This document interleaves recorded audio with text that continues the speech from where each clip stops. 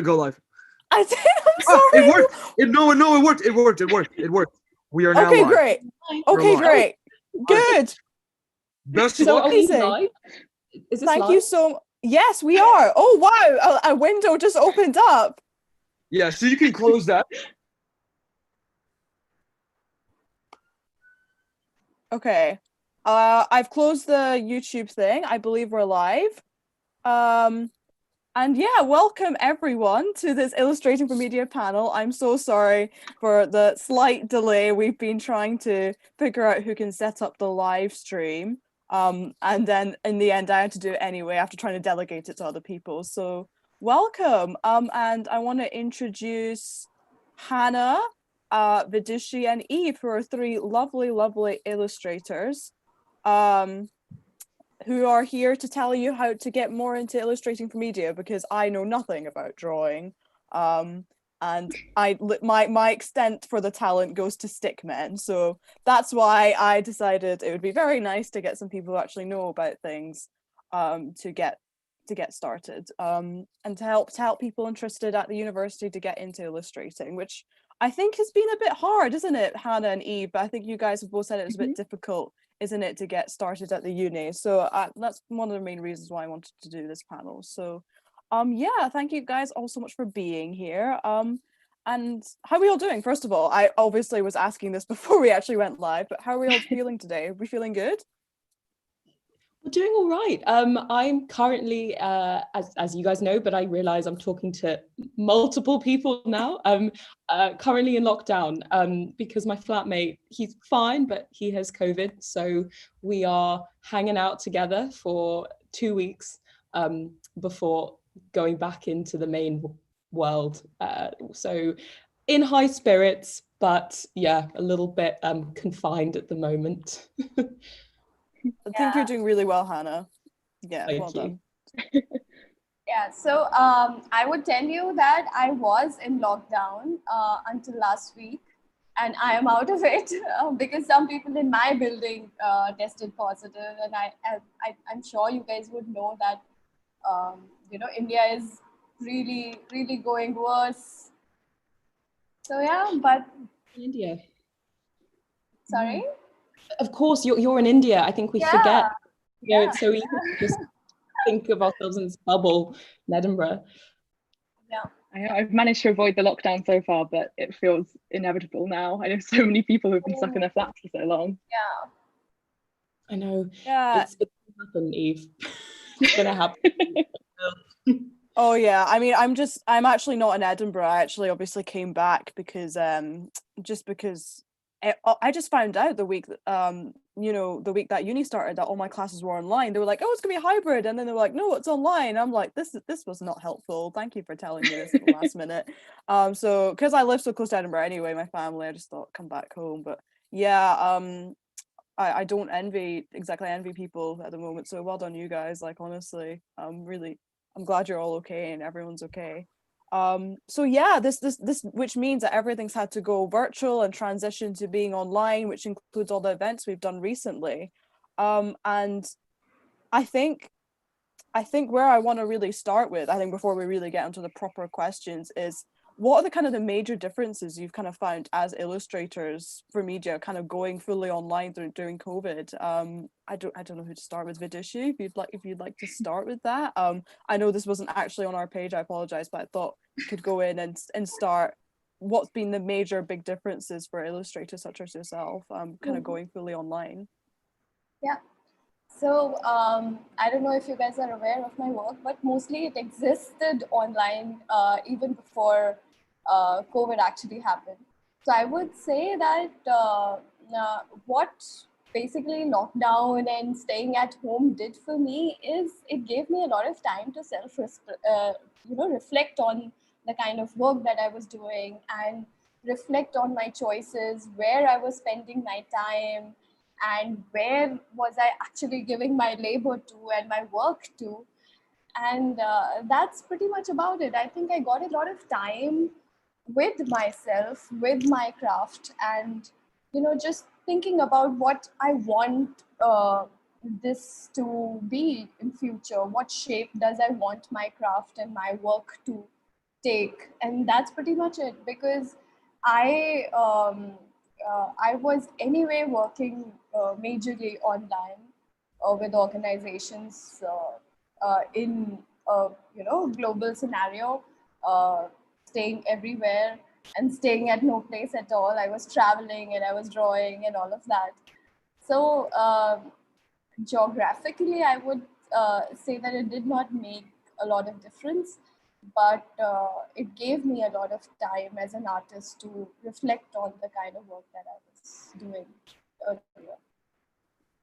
That's so interesting. I think everyone's had that kind of period of reflection, haven't they, about their careers, and everything. Like, for me, being, predominantly a writer, it's made me really think about how you need to kind of transition everything online now, really sell yourself more in ways that you haven't before, isn't it? Like, I mean, I was always big on Facebook anyway. I put everything I wrote on Facebook, but even I think kind of being a bit smarter about it, like how exactly do I make this so that people can make it more eye-catching? And I suppose as illustrators as well, you guys have to think about that. Like, Hannah, I know you have your amazing Instagram page, Robinson Draws, and you post, I have to say, it lights me up. I love your Instagram page so much, and Vidisha, your work as well. And it always brings a smile to my face. And I wanted to ask you as well, like, what is there anything that's particularly changed for you during COVID? I mean, apart from the type of maybe content you put out there, or have you done things very much the same? Is this to me? Yes, do you? That's okay. Right. No, don't worry. Well, actually, I'd say that COVID has had an impact on my work, probably in two ways. One, in terms of style, and I think the other in terms of content. I think stylistically, I, for a while, really stayed in a very safe space stylistically. I did the same sort of thing again and again, which was using the same materials, which would usually be watercolor and ink. But when I was suddenly in lockdown, I wasn't able to access the scanners and the technology essentially that I needed to carry on with that. But actually, it ended up being a really great opportunity to experiment with a kind of art making that I was always very scared of, which is graphic art and working with Photoshop and Adobe Illustrator, which just seemed very, very scary and very kind of something that grown-ups do, but I started experimenting and drawing things, but then working with color digitally, which at first really didn't work out. Like, my parents can attest, I was showing them things they looked at and sort of thought, it's keep trying, Hannah. So, and I'd say that I'm still working on it, but it's a really, really great new, I guess, experimenting with virtual tools is a really great thing to try out, particularly as that's, I think, where a lot of the work is going in terms of editorial illustration. I think more art directors are favoring that kind of look, and it is just more online compatible. In terms of content, I think going online in COVID was happening at the same time when the world was essentially going downhill. I mean, whether it came to this huge pandemic and also the thankfully sort of big takeoff of the Black Lives Matter movement, I think people were becoming increasingly political online, and also just in general spending more time online and needing to communicate through social media. And so in that sense, I think my work was also focusing on responding to these events and trying to make light of it. I think COVID is no laughing matter. Absolutely not. But I think that to get through it, you've got to find humor in some way.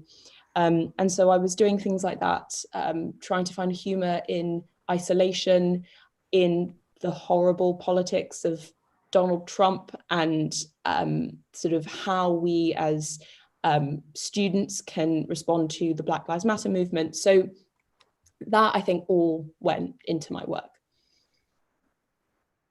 So interesting, and I'm really, really glad that you brought up, Black Lives Matter and that movement as well, because that's been so pivotal in these last kind of 6, 7 months, I think, that whole movement, I think that's impacted everything and everyone, artists, creatives, politicians. And I think it's really great to see that people are still, maybe not as much, but people are still trying to take this seriously, incorporate this into their kind of day-to-day lives, as artists, and reflecting their work and doing what they can.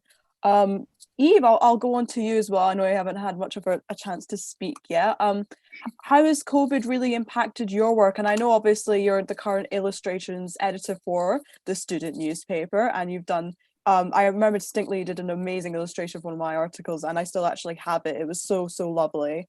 And how has that been? Kind of, obviously a lot more student stuff is now online. Have you found it a bit more difficult to kind of reach out to fellow illustrators, or has it been easier? Like, what's your experience with that been? I actually think it's been a lot easier. I don't know whether it's a factor of everyone being bored enough that they started trying out Illustrator when they haven't before, or whether we've just become so used to talking to everyone online that now the idea of sending someone a message to ask to be involved doesn't seem daunting anymore. But I think that especially in the last couple of weeks, when we've been getting the newspaper started up again and getting people involved, there's been a lot of new faces and a lot of people who have been saying that they've been stuck at home for 6 months, they didn't know what to do, and they've started getting into it, and is it okay if they get involved? And it's such a great opportunity, because I think there's no one way that people get into illustrating, and there's definitely no one point in people's lives. I know all of us got into it for different reasons at different points and do completely different things. So it's really exciting to see that maybe 6 months off from the world has been nice for people and giving them something to do. I don't know if you guys felt the same. Yeah.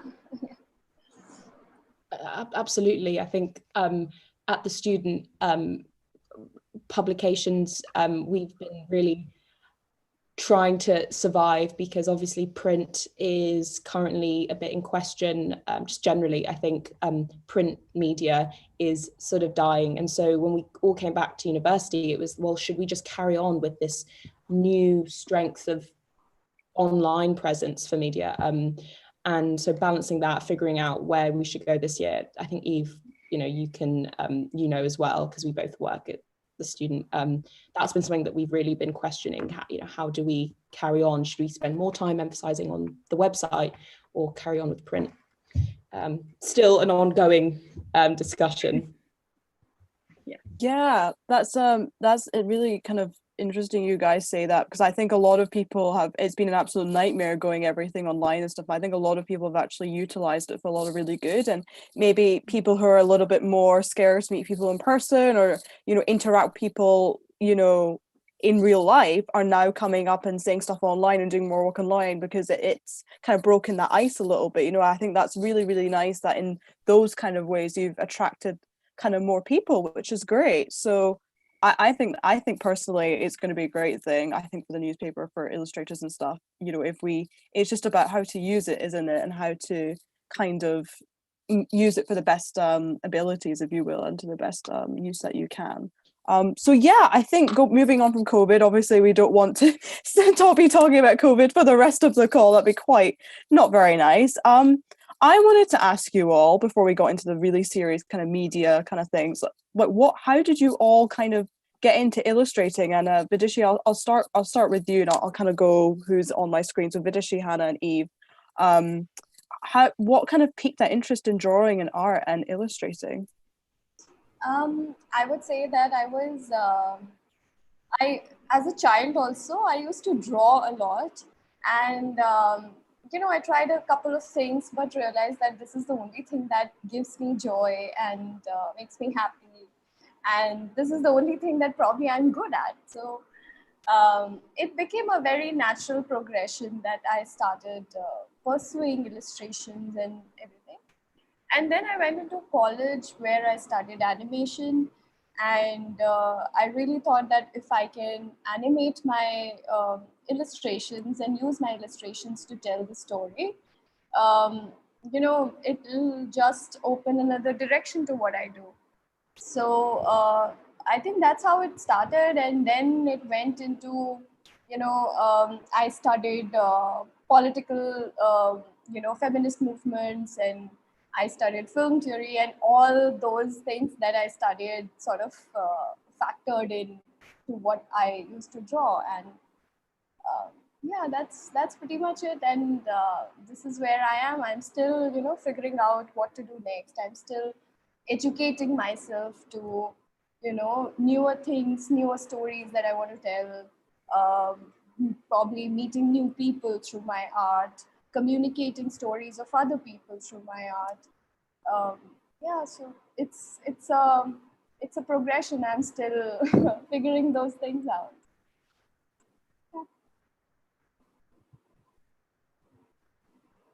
Sorry, I was muted. I was going to say that's really, really nice, and I think I was going to touch upon this a bit later. I think, but I think particularly coming from India, I was saying my parents are from India as well. It can be really hard to kind of pursue what you want to do. I think your parents are just kind of like, they want you to pick a very straight-laced kind of job, and a job that'll give you your bread and butter, isn't it? And to kind of move away from that is quite groundbreaking. So that's really awesome. Like, good for you. Hannah, yeah, what about you? Where did it all start for you? I mean, you've done so many amazing things. You did stuff with Bedlam, and you I think you've done so many awesome things. But the last year I've seen that you started drawing and illustrating, and you have your website and your Instagram page. Like, what kind of encouraged you to do it more kind of professionally and more seriously? Well, I mean, I'd say that when I arrived at university in 2017 to study art history, illustration was very much what I did on the side.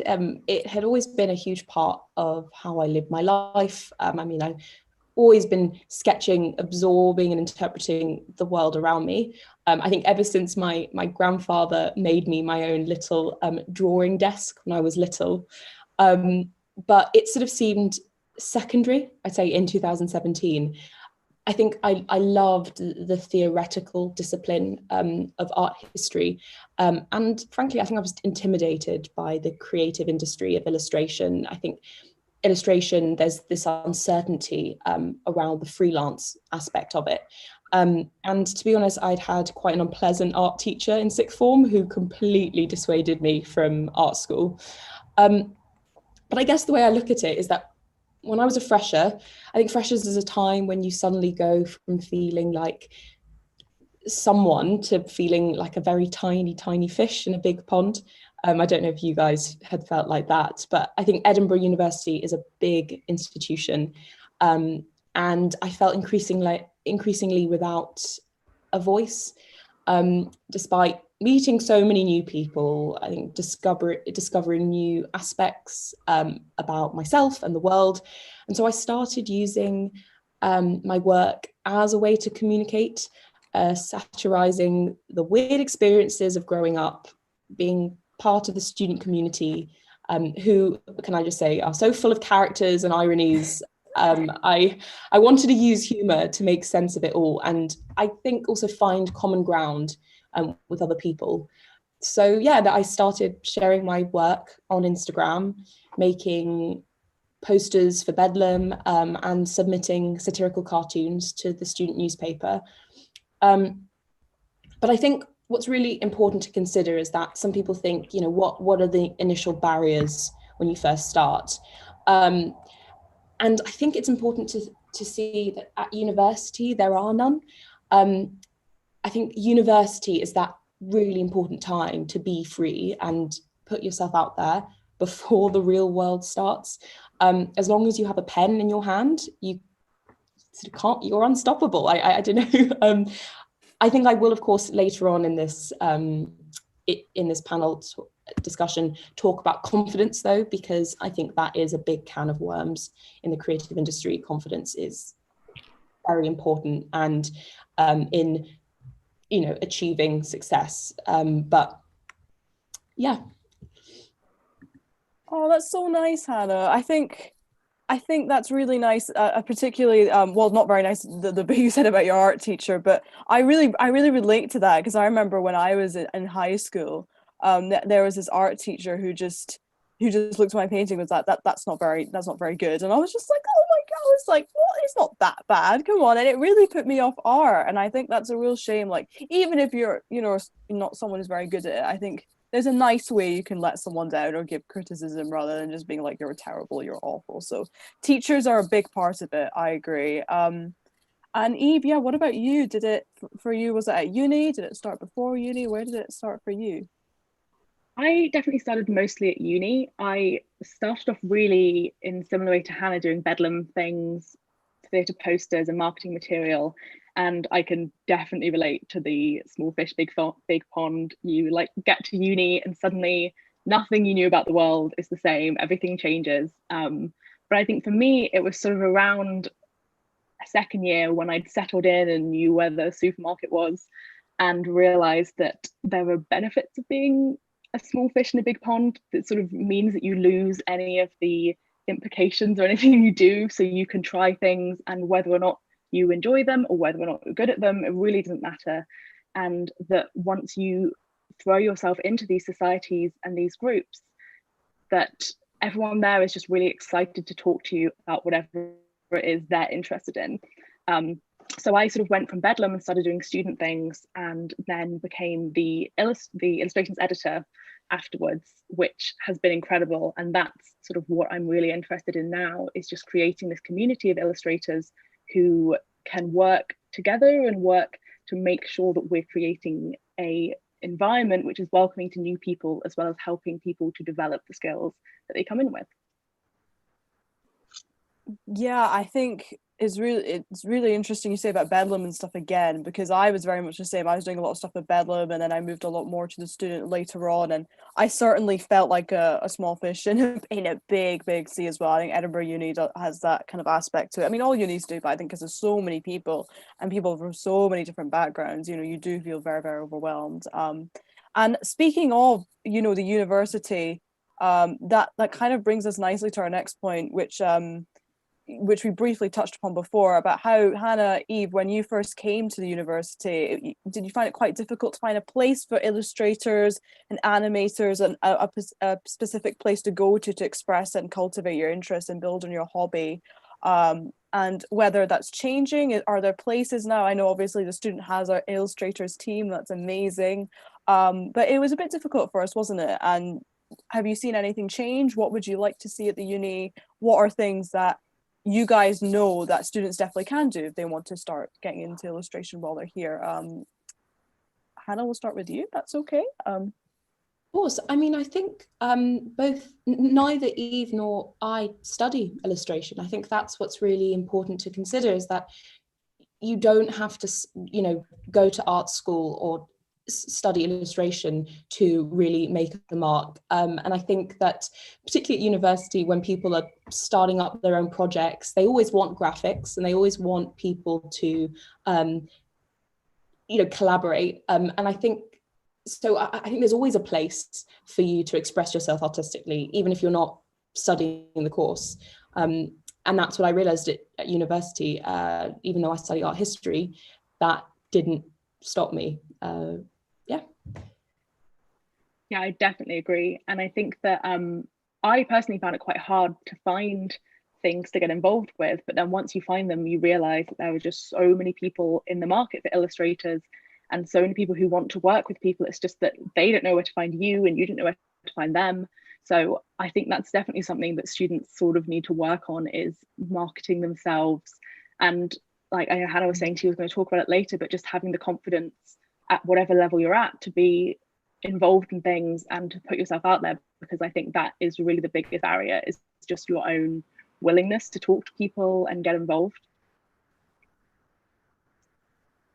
Yeah, I do think, the confidence is a huge thing. I think especially when you're all our age, isn't it? I think really a lot of it is just getting the confidence to put yourself out there, isn't it? And make yourself and make yourself like, here I am, this is the work that I can do. And that kind of brings us on nicely to the next topic, how to build a brand, how to put yourself out there, and how to market. And Vidisha, I know you know a lot about this, because you've done stuff like clickbait and everything. And I just want to ask you how you started about going professionally, building your website, building Instagram page. How did you start all that, and where did you find the confidence to do all that? Okay. So I would say that I also struggled with everything that Hannah and Eve is talking about, because as artists, we are our biggest critics. We just never like the work that we do. Even today, I am my biggest critique, and it's every time it's a struggle to put your work out there.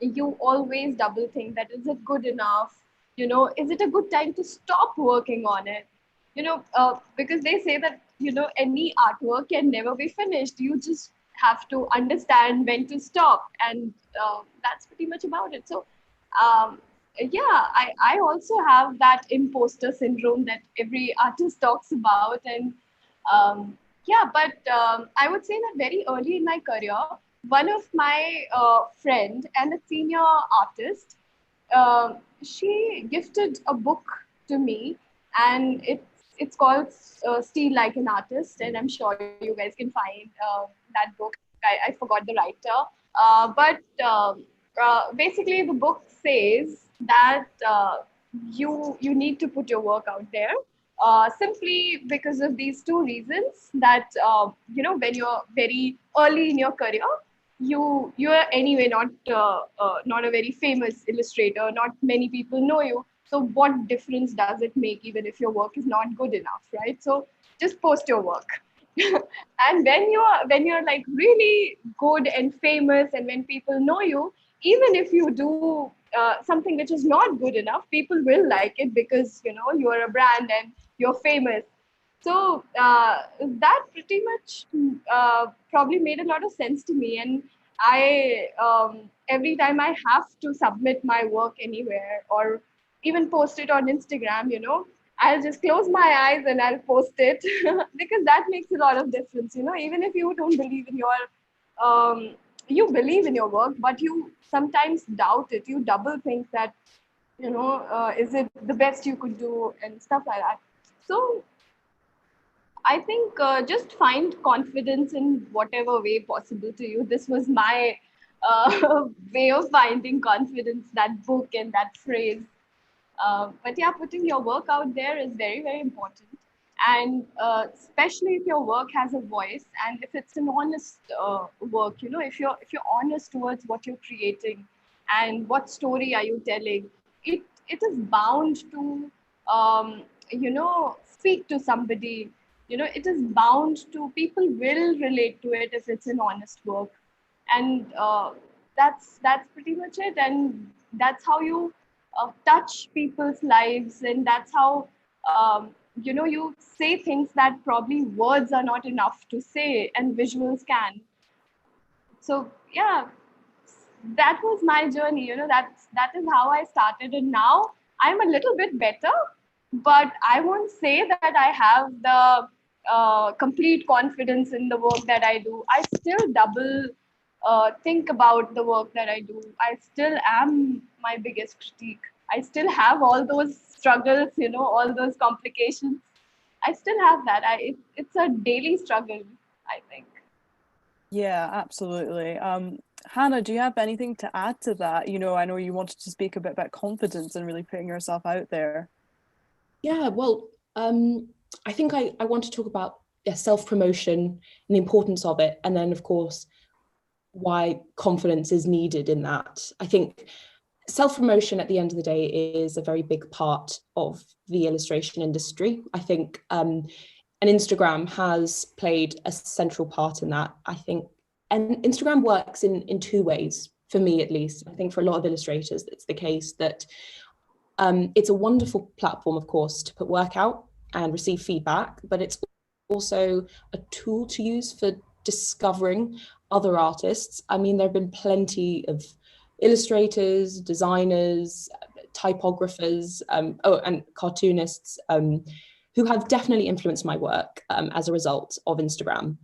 I would, however, be careful not to worry too much about the nitty-gritty of Instagram following, and how, the number of followers you have, whether that measures your success in a way, because there is definitely an impulse to value an individual's work based on that little number on their profile.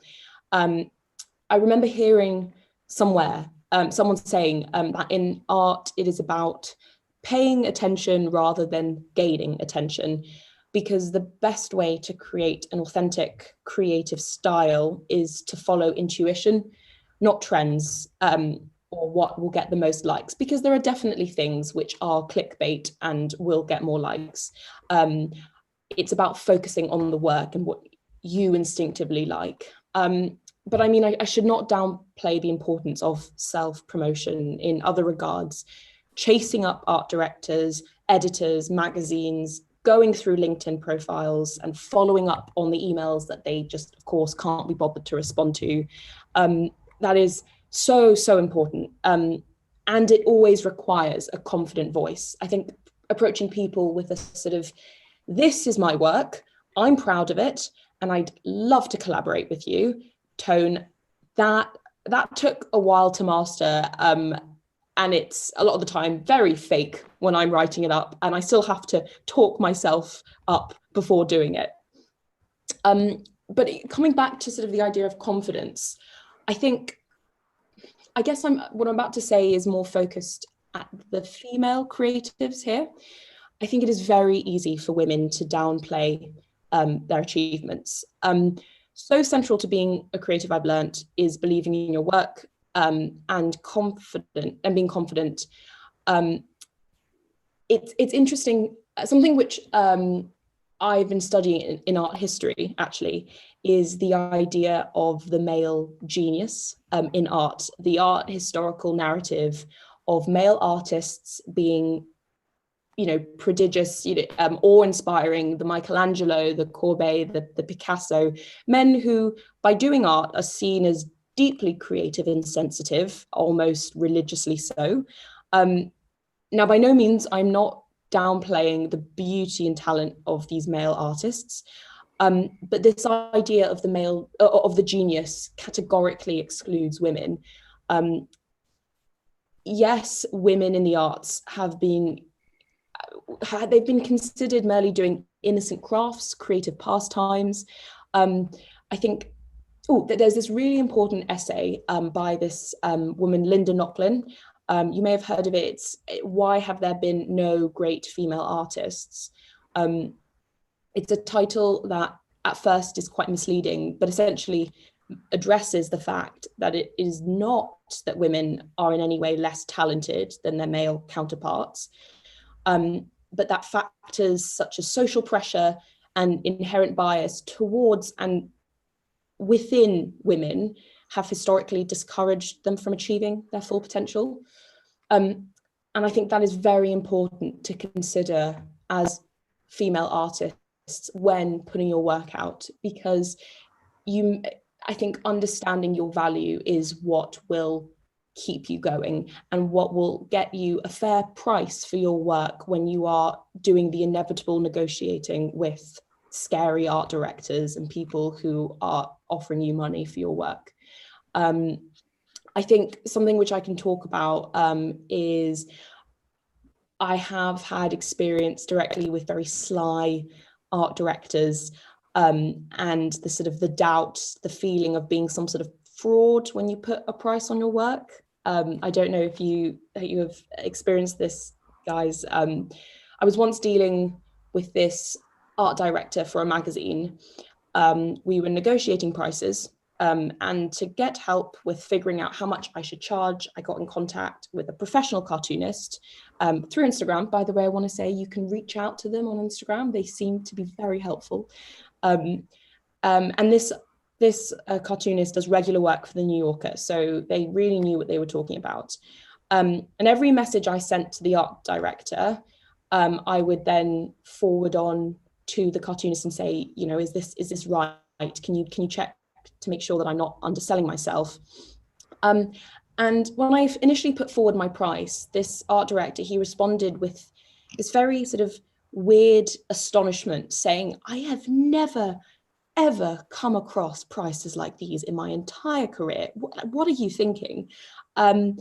But after forwarding that message to the cartoonist, he reassured me that the cartoonist reassured me that actually in the industry, my prices were incredibly normal. They were very average. In fact, I could probably put them up higher. And I came to realize that art directors fully take advantage of your feelings of doubt and your lack of confidence. Of course, do your research, know budgets and expectations, but going into a job with a strong sense of your worth is just essential for success, essentially. It's a lot of talking. No, Hannah, I'm so glad you said all that. And I want to thank you, first of all, because that was a lot of really useful information that you put there. And as well, like, I know it must be quite difficult for you to talk about that. And I'm really glad you brought it up, because I think so many young people and so many people starting out have this feeling that they're so inadequate and they're just not good enough, and that they should just put up with it. You know, they should just listen to that art director or just listen to that editor, and, you know, they just give in because they're so scared and they want to make it and they want to get paid eventually. So they think, if I do this free work now, I won't have to do it later. So there's this whole idea, and it brings us really well, I think, into our next point is when is too much unpaid work too much unpaid? And if at all, like if you are starting out as a professional, it's completely okay to demand prices, isn't it? Like it's completely okay to start charging people for your work. So I guess my next question is for, you know, what would your advice to students be about getting unpaid experience? Like how much would you advise? Would you advise any unpaid experience at all? Would you just go straight into paid work? What do you guys think about that? Well, yeah, I would say that ideally there shouldn't be any unpaid work. You know, if the client is using your work to benefit commercially, then you should be paid. It's as simple as that. And of course, you are an illustrator, you're an artist, you will have a certain portfolio and you will give that proposal to the client, you know, whatever is your way of, you know, outreach or reaching to the right client, you will have a body of work. So even if you get paid a little less than what you expected, but there shouldn't be absolutely no unpaid work. Like that's the bottom line. You shouldn't ever accept working commercially for free. That is something that probably we need to be very clear on.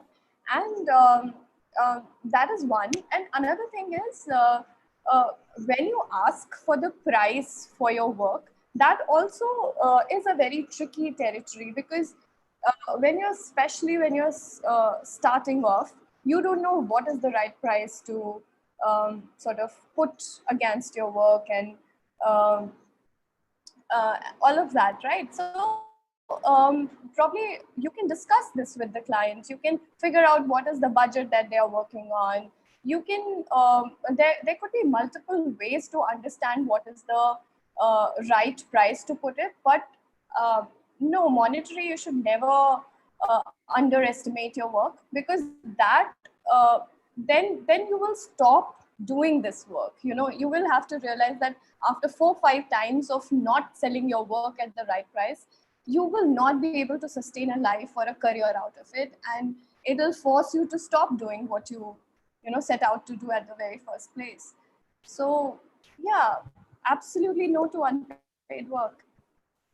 Really glad you said that, because and say, I think that Vidushi, I completely hear what you're saying, but I do think that before starting to charge, there requires, I think, a lot of hustling for free. I think as harsh as it is, at least in my experience, I think starting at the bottom means working really hard and doing lots of free gigs. I don't know, I think it's just the way it is, because at the end of the day, experience really is important, and helps you get used to the game before it really starts to count. I think, but that said, I completely hear what you're saying about commercial work. Absolutely. I think if commercial clients are coming to you, they've definitely got enough money, and you should expect a price. But I think it takes time before you get to a stage where you're confident enough and you have enough projects and in a portfolio that is big enough under your belt for you to be able to go forward and say, actually, I'm going to charge for some work. I think it was the sheer volume of free work that I did that allowed me to get better. And to get to a level where I was noticed for something with the BBC, for example, it came from a free project that I did and got me seen, essentially. But so I do hear what you're saying, but I do think that doing the free work at the beginning is just, it's just kind of part of it, I think. I would say that, of course, everybody will have their own individual journey, because anyway, you know, being an artist is a very personal journey anyway. What I did starting off was because I was probably, that's the difference between your journey and my journey, is because I was from an animation, graduation there, and I had some body of work which I produced in the university. And I approached clients with that work. So all the hustling that I had to do, I did it in my college, and I never had to do it for a commercial project with a client. But having said that, I understand what you were saying. I have done underpaid work, and those work have given me work that I'm really proud of today, and probably given me a good, a well-paid gig as well. Um, and of course, it depends on the context as well. Like, if I have a friend, who's starting off something, and he is asking me to do something, and I believe in the project that he's doing or she's doing, then I would probably don't mind giving him my free work or my time or my labor or my work, right? But but if that's a client who's approaching me for a commercially driven work and is asking me to do it for free, then it just comes from a very entitled place that, a creative work can be done free. And, of course, you need to draw a personal line, but where do you draw that line is your decision and your judgment. But that's where I drew that line, that at least not for commercial benefits. That's not where I'm going to do free work. Yeah, I think I'll just butt in, guys. I'm really glad that you guys just had that small discourse there, because I think this just shows that even within illustrators and between artists, there's still a bit of differences in where you guys think the line should be drawn. But I think the consensus I've got from both of you is that you decide, right? You decide as an illustrator, and go ask someone for help if you don't know. Like, I think it was really brave of you, Hannah, to forward that cartoonist and get his input. And I think, if in doubt, to anyone watching who wants to get into more of the stuff, ask an illustrator, ask a creative for their opinion, and get a second opinion on your work and your portfolio. I think that's really important. I think it's a contentious topic, isn't it? And I think we sometimes, people are like, I won't do anything, and people sometimes, the flip side is they do too much and they realize, oh my god, I've given my too much labor for free. But I'm really glad that you guys have said, discuss and talk to the person you're doing the work for. And the commercial side, definitely do not let your guard down there. I think that if people are approaching you, I think, as Hannah, you said that, if they have enough money, definitely don't do stuff for free. So that's really interesting. I want to go to one more thing to add, sorry. Oh yeah, go for it. Especially in India, people expect a lot of free work, Oh, so yeah, if you're not too careful, you will end up doing free work endlessly. Yes. So probably this is where the geographies of us also come in play, that I'm just too careful about the things that I spend my time on. But I'm really glad you said that. Yeah. Sorry, Hannah, you go.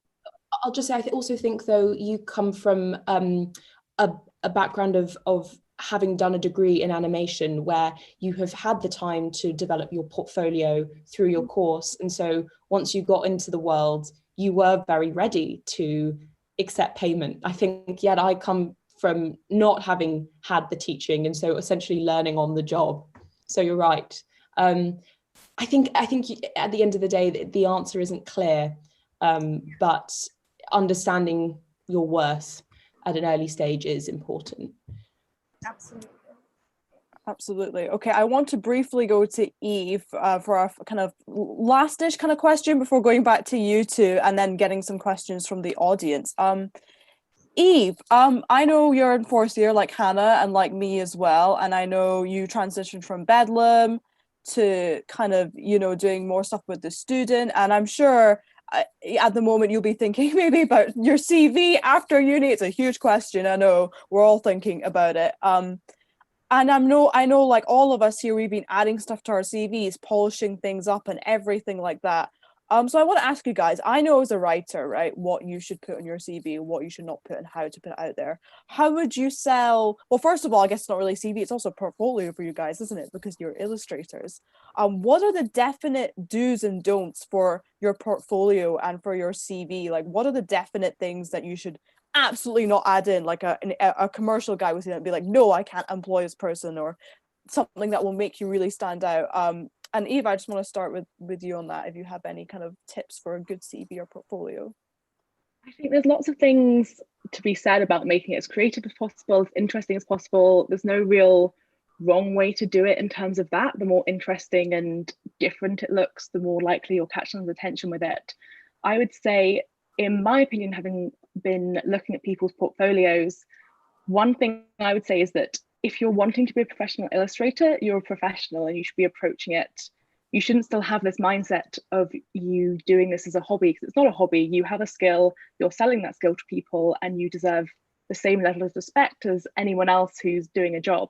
So with that in mind, sort of, and again, it goes back to the self-confidence thing and putting yourself out there, but don't approach people in a way that makes it sound like they're doing you a favor, because you're the one who's offering this skill, and if they want to use you, then that is their choice. So make sure you're always sounding as professional and as sort of polite and courteous as you would in any other work email, but also sort of respecting yourself enough not to be begging for work when they're the one who need you.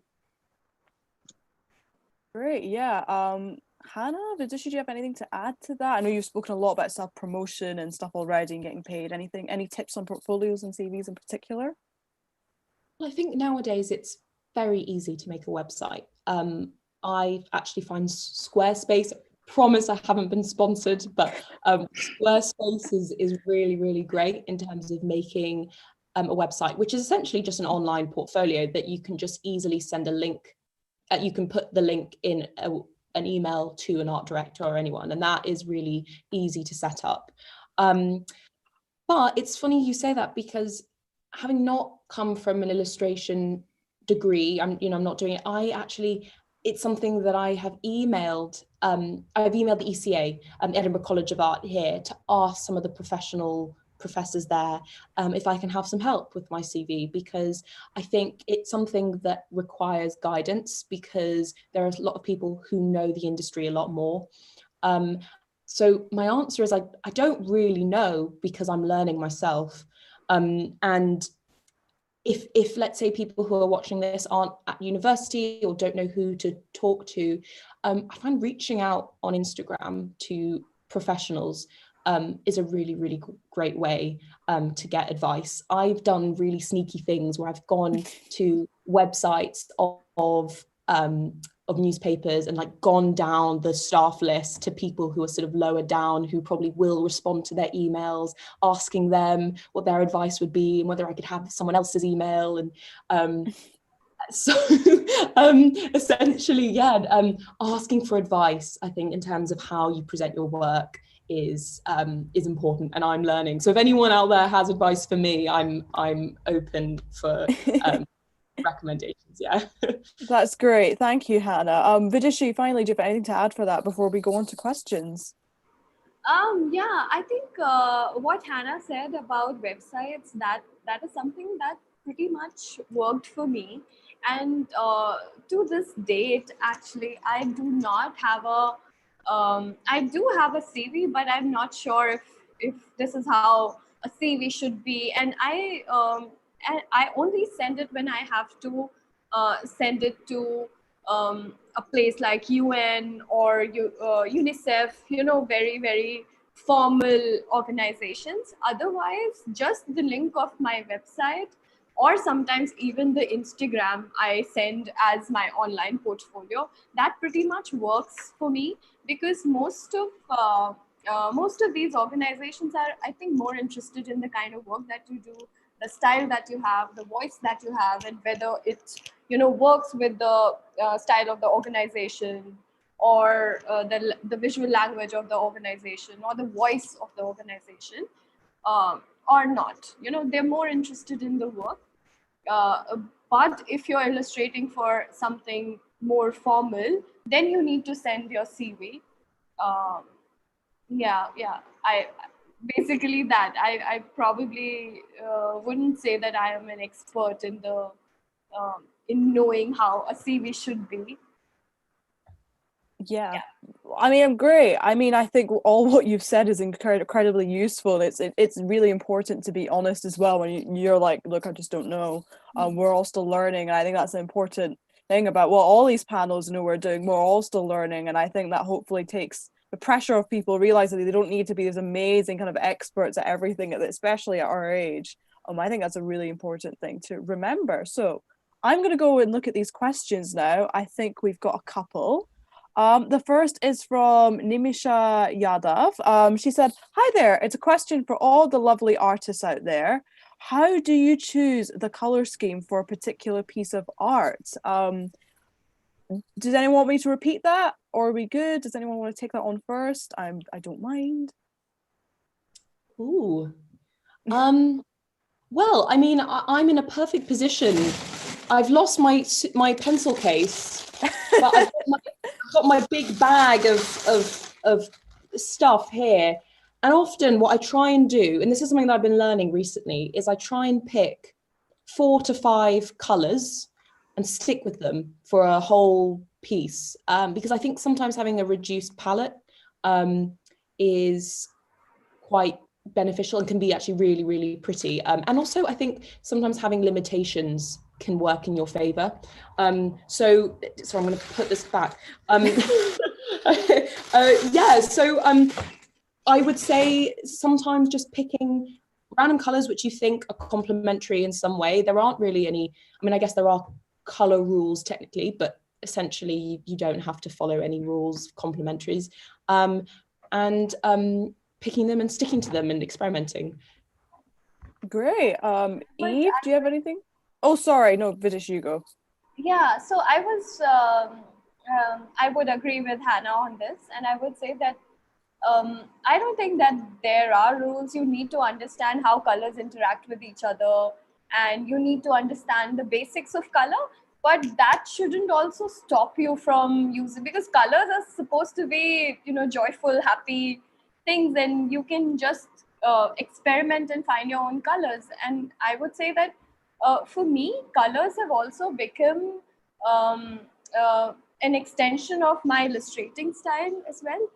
Because the palette that I use is, you will see a common thread between all my illustrations and the color palette. It's not exactly the same color palette, but the similar vibrancy or similar type of tones I use, and it becomes an extension of my illustration style. But that's just my way of using color. You can experiment and find your own way of doing it. Great. Yeah, thank you. Eve, do you have anything to add to that? Yeah, I'd say I was fairly similar, that I found at first when I sort of was reading about the different rules and the things people do to find the right type of colors, a lot of it you sort of realize you were doing instinctively anyway.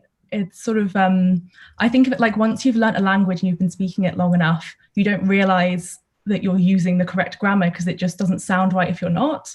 And so I think that the rules are useful if you're interested in color theory, but yeah, like Adishya said, if you want to do something else, don't be scared to do it, because you'll be able to look at your piece of art and say, that looks cool, I like it. And that's all you really need.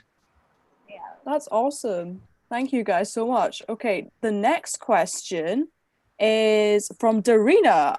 Could you please repeat the name of the author of the text you mentioned? I believe there was a book and a text mentioned. Hannah, you mentioned an essay, didn't you? Do you remember the author of that essay that you mentioned? Yes. Sorry, my internet's getting a little bit weird. Can you hear me? Yeah, that's fine. We can still hear you. Oh, Yeah. brilliant. It's Linda Knocklin's Why Have There Been No Great Female Artists? You can actually access the essay online. It's a very popular essay. Yeah. Brilliant, thank you. And Vidisha, you mentioned a book. Was it Steal the Artist, or I'm sorry, my memory's terrible. Steal Like an Artist. Steal Like an Artist. Do you remember the author, or do you not have it on you? That's I fine. don't remember the author, but I can just. It's a pretty famous book. If you just Google it, Steal Like an Artist, you'll find it. You'll find it. Okay, don't worry, that's fine. Austin Kleon. Amazing. Thank you so much. Thank you. Okay, we'll go on to the next question. I realize we don't have much time. Katie Moore is asking, with marketing yourself and your art, what is your preference of social media? And what tips do you wish someone told you when you were starting out there? So that's kind of two things, I guess. One, what social media do you like? And two, what tips do you wish someone had told you? So yeah, who do you want to start with that? Vaishnavi, I just have to quickly silently get out of the meeting because No, don't worry at all. Thank you so much for coming. Not at all. Thank you. Yeah, thank you so much for having me, and it was so much fun speaking to Hannah and Eve. And let's just keep in touch through Instagram, and I look forward to see your work and see what we guys do. Probably we can contribute and collaborate and see what's possible. Absolutely. Thank you so much, Vidisha. I'll let you go. Just, I know you've got many things to do. So thank you so much for coming. Really appreciate it. Thank you. Bye. Thank you. Amazing. Hannah, I'll let you start with that if you'd like, if that's okay. That question. Of course. Casey, to answer your question, Instagram is a really great one, but one which I'm increasingly curious to try actually is Behance, which is essentially an Instagram just for creatives. And I've heard from an increasing number of people that that's where a lot of art directors look. And so I think Instagram is a great tool to use, but it shouldn't be where you stop. So I would say checking out Behance. I'd say one that you probably shouldn't give much thought to is Facebook. I just think because the emphasis on images is not really there. I'm trying to think. I think I'm gonna end there. No, that's absolutely fine. Thank you. Eve, I don't know if you have anything to add to that at all. I'd say even though it may seem a bit counterintuitive because it's not a image sharing site, really, is Twitter is, I find that I've spoken to a lot of illustrators on there, and it's a really great place to just chat to illustrators. There's a lot of threads you can read about the way in which people will price their work, the way in which they've gotten into professional illustrating. And there's always threads about terrible companies and outlets that have tried to scam a bunch of illustrators. And it's really nice to scroll through and look at everyone being all supportive and nice to each other. So even though it might not be the best place to share your work, I think it's a really good platform to be on, to connect with other people and to create this community that can help you go professional. Fantastic. Thank you so much. I believe we have two more questions. Okay, I'm going to just answer the future conference question, and I think from Rianne, and we'll have to leave it there because I know we're about to run over time. So the future conference question, I think this is from Aditya, if I'm right. How do you see the economics of art changing as art goes digital? Do you think the valuation of art is going to change? That's a huge question. You guys can say you don't know if you like, but if you have an answer, please say.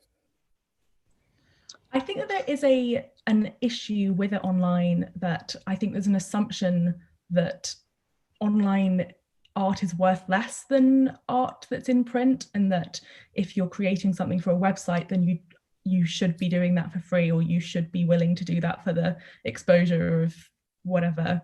But I do think that it's improving. I think that got a lot worse sort of in the last 10 years that I've been going online, but now that people are coming a bit more savvy to it, I think it is definitely getting better. I don't know if it's going well, but Yeah, that's really interesting. What about you, Hannah? It is a tough one. I think the reality is you've also got to be a lot more careful nowadays, because what you post online, someone can screenshot and share it and you don't get compensation for it. I think being aware that the price is not just in the image itself, but how many times it's going to be sort of reproduced, whether that be sort of on a website, you know, their footfall, that there are some new factors which come into how you put a price on your work. And that definitely is changing. I would say though that with the internet, you also have, you're able to reach many more people and sort of clients than you would otherwise. You can sort of be doing work for people across, you know, on the other side of the planet, which potentially, you know, 50 years ago or something, or even increasingly, that, you know, time development is happening at such a high rate, you probably wouldn't be able to. I would say that I'm learning, and I'll get back to you in a few years. That's great. Thank you, guys. That's really, really good. We have one more question, I believe, from Rianne Johnston, which is, as a complete and utter beginner, what kind of technology / materials are essential for getting started, especially with digital illustration? Hope this makes sense, and thank you.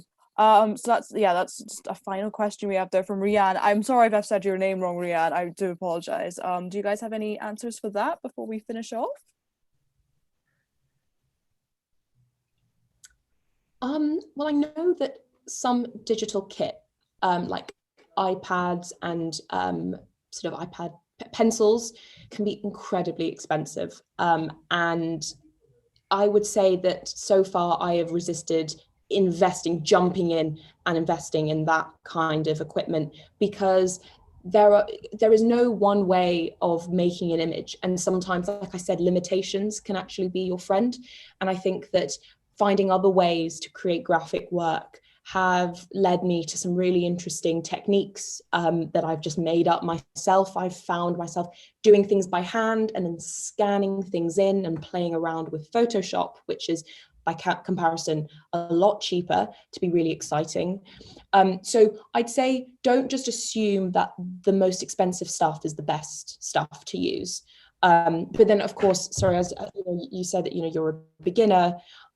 I would say start off with maybe I'm a bit traditional, but start off with a good old coloring pencil or just a normal pencil. See where you go with that, because I find that you have a lot more flexibility when it comes to sometimes, like, electronic pens can be a little bit stiff and a little bit in there. I think, Hannah, we're losing you a little bit. I don't know. Eve, can you hear Hannah, or is it just me? No, I can't hear. Is Hannah frozen? Okay. Oh God. Maybe. Yeah. Am I back? You're back. We can hear your voice. We can hear your voice. That's all right. Oh, I think you're back. We can hear you now. It's fine. Okay, I think it's all right. Don't worry. I think you just froze for a bit. We were like, well, you know what? It's great that it happened at the end of the event rather than throughout. So that's a good thing. Yes, thank you, Hannah. No problem. Yeah, thank you. No, that was really, really helpful. Eve, again, like, what would you say for this? Anything that this person needs as a beginner? Rianne, any digital stuff, or would you just say what Hannah said, start off with a pen? What would you say? I think it is difficult because, like Hannah said, it's incredibly expensive to get into digital illustration. There are cheaper options. I wouldn't, if you're not going to use it for anything other than digital illustration, I definitely say don't invest in a big tablet and fancy pen. You can get like pretty cheap ones that aren't, you know, as sensitive or whatever. But if you're just starting off, it's a fun way to figure it out. If you are a uni student, I now use Adobe Illustrate, which I was terrified of for ages. But the university have it for free on all of their computers in the library or any study spaces or most study spaces. So I would go and work in there because I didn't want to pay and I didn't want to invest in it. So anyway, you can sort of work around the system and try it out. But I mean, if you're really interested in it, I would say it's really fun. So it is worth an investment, but starting out with just a pen and a piece of paper is definitely easier and definitely cheaper. Okay, amazing. Guys, thank you so much for your time. This really means a lot to me that you both have come, and as well to Vidisha. I know she's no longer here, but I want to just send her a thank you as well. And thank you to everyone who is watching as well. I'm sorry, I realize we've gone slightly over time. I do apologize to the Future Conference team for that. I don't want to take up any more of your time than I have to, but thank you so much for giving that advice. It's been really helpful, and I hope to all the people watching that you enjoyed that, if you found that helpful. If you guys have not managed to, you know, send in your questions, or because we've run out of time, obviously you've not been able to ask, please feel free to send them to the student Facebook page or to email us. My email is outreach@studentnewspaper.org. You can forward them to me and I can pass them on to Hannah, Eve and Vidushi. And yeah, we're very easy to contact, so please just do get in touch. Sorry, Hannah, what were you saying? Oh no, just also I guess some little shameless promotion if you guys want to reach out on Instagram. Vidushi, Eve and myself have Instagram pages. Yes, I meant to say that mine as is well. Thank you. Robinson Draws. So at Robinson Draws on Instagram. And then amazing. I think Vidushi, hold on, I can probably get Vidushi Y, I think is hers, isn't it? Yeah, I'll put them in the YouTube. I'll comment them on the YouTube video. I'll put all your handles there. That was my plan, and I'll put them on the event as well, so you guys can follow their amazing work online. You should not miss out on it. It's incredible. I always love to see it. So yeah. And if you're looking to get into illustrating, The Student is a great place to get started. Me and Hannah both have been illustrating for ages. We put up prompts every week and anyone can sign up. It's just a really quick turnaround and a really fun thing to do. You don't have to have ever done anything before. It's just a really nice way to get involved. So I'll post the link to that, I guess, in the Facebook group or on the YouTube or somewhere. But you know what, just if you just send it to me, even I'll put it in the right places. I'll do that. I'll make your guys' lives much easier. But yeah, guys, keep an eye out for the Facebook, on the YouTube page. We'll send all the relevant links, authors, everything, handles. And yeah, thank you all so much for coming. And as well, Future Conference people, thank you for giving us this platform